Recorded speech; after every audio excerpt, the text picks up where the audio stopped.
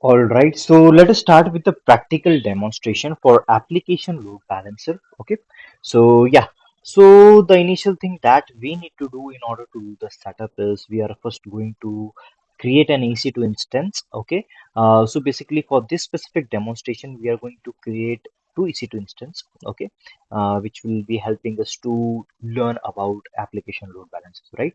So let me click on launch instances, and here I'll be writing instance one as my first instance. The AMI that I'm choosing here would be Amazon Linux. We'll go with the default setting, whatever we have. And right now I'm proceeding without the key pair, which is not recommended, but it is recommended for you to take the key pair. Okay, but since we are demonstrating application load balancer, and we won't be taking any as such, I am proceeding without a key pair. So in the network setting, there is one thing that we would need to enable is the HTTP traffic. Okay, and rest leaving all the things as is. We'll go to the bottom, and here we'll need to update or upload a shell script. Now, where do you find a shell script? So don't worry, I already have created a shell script. You will be getting the link of this repo in the description itself. So I'll just copy the entire script, whatever I have written, and let me explain you what actually this script does. Okay, so once the meanwhile the machine is will be boot, I'll be explaining you this thing, and the instance count here would be 2. Okay, so things are at it is, and let me just re-verify everything. Name is done, AMI done, check, click, instance type T2 micro, keep pair done, and we are allowing traffic from HTTP. Okay, great, and yeah, everything looks great. Instance count 2, and let me launch the instance. All right, and let me go back to instance, and here the first thing that I need to do is I'm going to just rename this to instance 2 just for our readability. So yeah, instance 2, correct. Okay, until it is getting boot up, let us understand what actually this shell script is doing. So basically what we have done is we are first updating the system.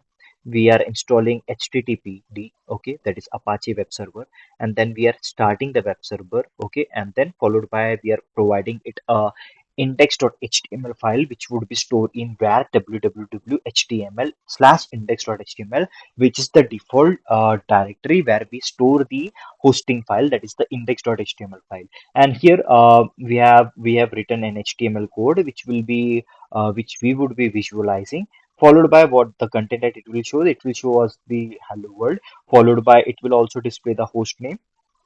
Okay, so basically, I deliberately have written hostname hyphen hat here just to identify whether the traffic is flowing from one server to another. So that would be identified with the hostname itself, correct?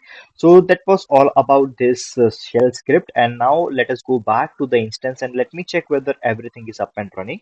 Okay. All right, it is still in initialization phase. So what actually is happening at the backend is you are already aware of it, that it is currently updating the system. It is installing Apache web server, followed by it is creating one file and shifting it to where www/html. Okay, so that is all the things which are happening at the backend, and we don't need to do anything about it. We just have created the things, uploaded the file, pasted the code, and it is doing all the thing at the backend. Okay, so let me click on instance one. Okay, and let me copy the public IP. Now you might be wondering whether we would be able to see the page or not. So basically, let me just write http colon slash slash followed by the IP address. And when I do the enter, and voila, this is the surprise. We have the page up and running here.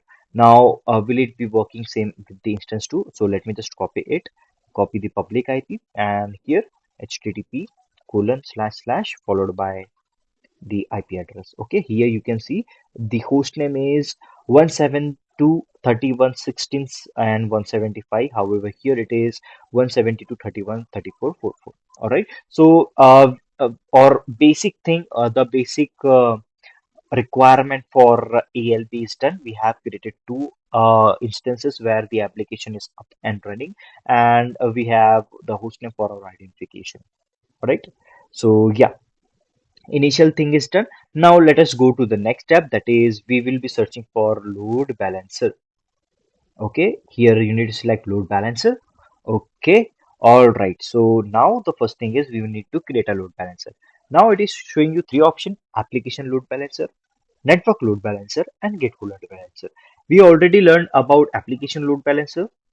network load balancer, and we didn't touch about gateway load balancer. We will be covering this in the following videos, and we are going to do a deep dive on networking load balancers once this application load balancer thing is completed. All right. And if you scroll down, you can see the previous generation classic load balancer, which is also showing here. However, this video specifically targets to application load balancer, so we would be creating the same. Let me click on create, and here I will be writing the load balancer name. So I'll write the Shubham ALB application load balancer, and this load balancer would be an internet facing load balancer, and the address type would be IPv4. And the next thing, it is asking you for VPC. All right. So do you want to go with the default VPC, or do you want to create a new VPC? Okay. So if you want to create a new VPC, you can just click on create a new VPC, click here, and then you can create a new virtual private cloud. Okay. However, right now we are not ready. We are not in that position where we can create a VPC because we haven't covered the topic, right? So that we will be doing in the forthcoming videos. But right now, let's focus on the application load balancer. Okay.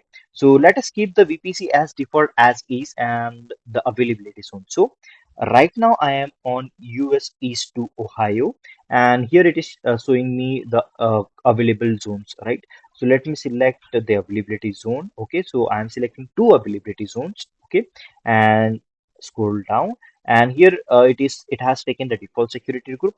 However, I will create my new security group for this demonstration, and that would be application application load balancer. Okay, and here we are allowing the HTTP traffic.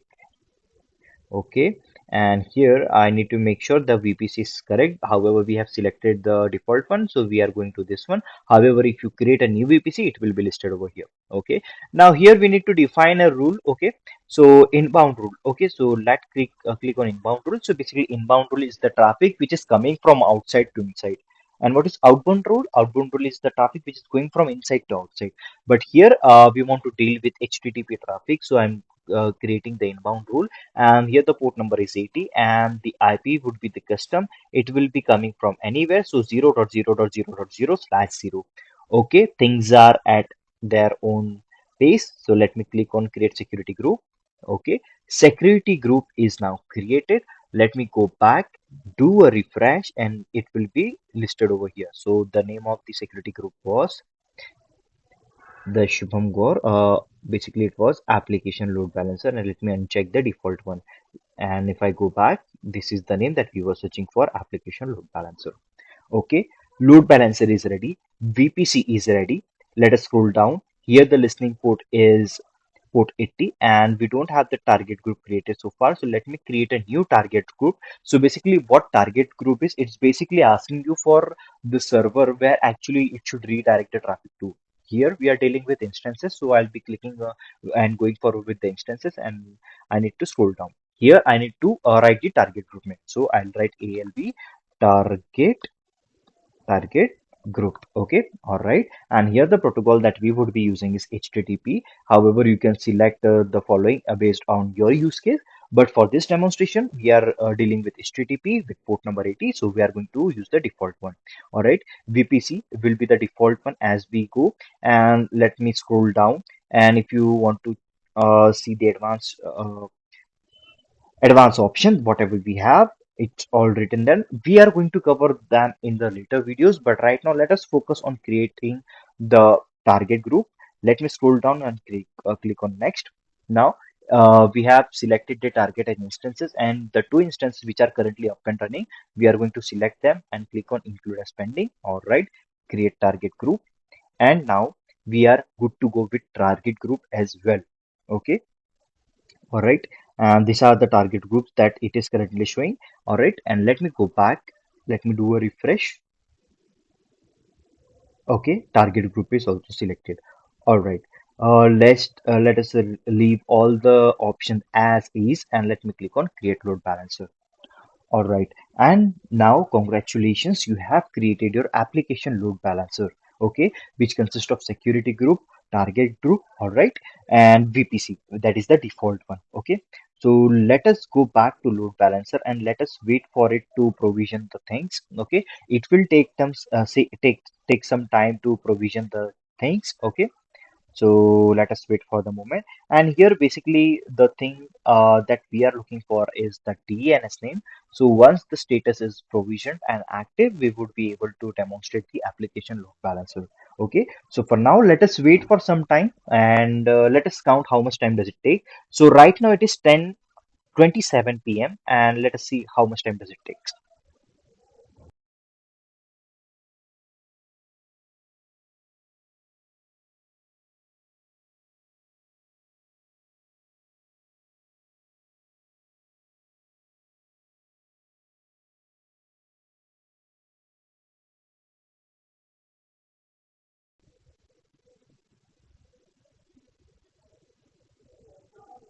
All right, so it's 10:29. Okay, so it just took 3 minutes and our status is active. Let me just copy the DNS now and paste it over here.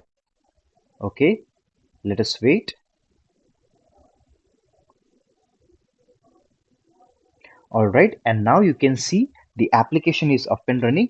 Just focus on the host name here. Okay, so we are here actually checking how actually it is bifurcating or redirecting the traffic to another server, right? So I'll be doing refresh after some time. So it's 1675. Okay, now it has changed to 2344. Okay, now when I do a refresh again 16175. Okay, now when I do a refresh again, it is 1731 2344 again. All right, so that is how it is doing the load balancing for our application. All right, so I hope you learned about application load balancer by doing this demonstration.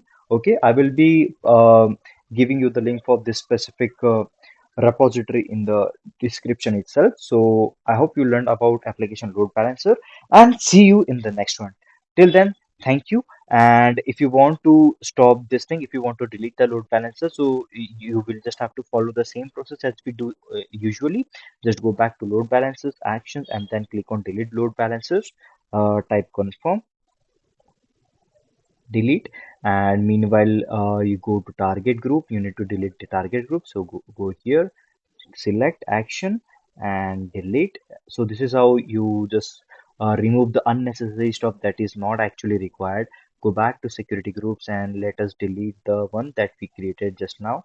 Application load balancer action, delete security group. Okay, delete, done. Now let us go back to instances and terminate both the instances that we create. All right, so that is how we are saving our resources and we are actually saving ourselves from being getting charged from AWS, right? So yeah, that was all about application load balancer demonstration, and yeah, see you in the next one.